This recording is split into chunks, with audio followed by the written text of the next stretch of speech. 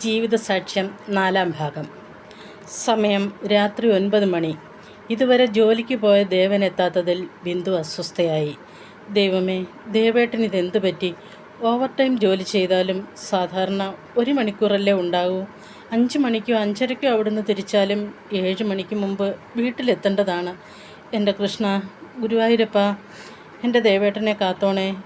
രാത്രി പന്നിയും പാമ്പും എല്ലാം ഉള്ള വഴിയാണ്. ഒരാപത്തും വരാതെ കാത്തോണേ ദൈവമേ. പെട്ടെന്ന് എന്തോ ശബ്ദം കേട്ട് ബിന്ദു ശ്രദ്ധിച്ചു. അതെ, അത് ദേവൻ വരുന്നതിൻ്റെ കാലച്ചയാണ്.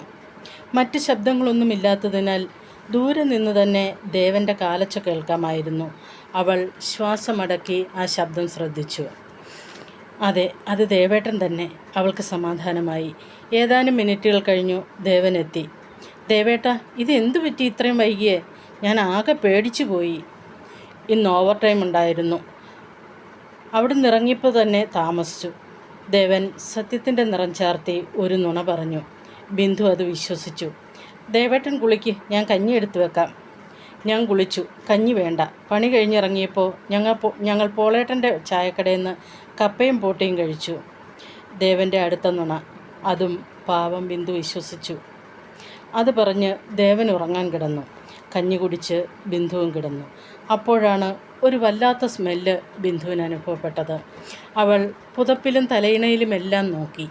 ഏയ്, ഇതിലൊന്നും മണമൊന്നുമില്ലല്ലോ. അപ്പോഴേക്കും ദേവൻ ഉറങ്ങിക്കഴിഞ്ഞിരുന്നു. അവൾ ദേവൻ്റെ ശ്വാസം ശ്രദ്ധിച്ചു. ദേവേട്ടൻ ഇന്നും കുടിച്ചിരിക്കുന്നു. ഇതിപ്പോൾ ഇടയ്ക്കിടയ്ക്ക് ഇതാണല്ലോ പരിപാടി. ഓരോ തവണ മദ്യപിക്കുമ്പോഴും നിർത്തി ഇനി ഉണ്ടാവില്ല എന്ന് പറയും. കുറച്ച് ദിവസം കഴിയുമ്പോൾ വീണ്ടും മദ്യപിക്കും. ദൈവമേ, ഇതെങ്ങോട്ടാണ് ഈ പോക്ക്?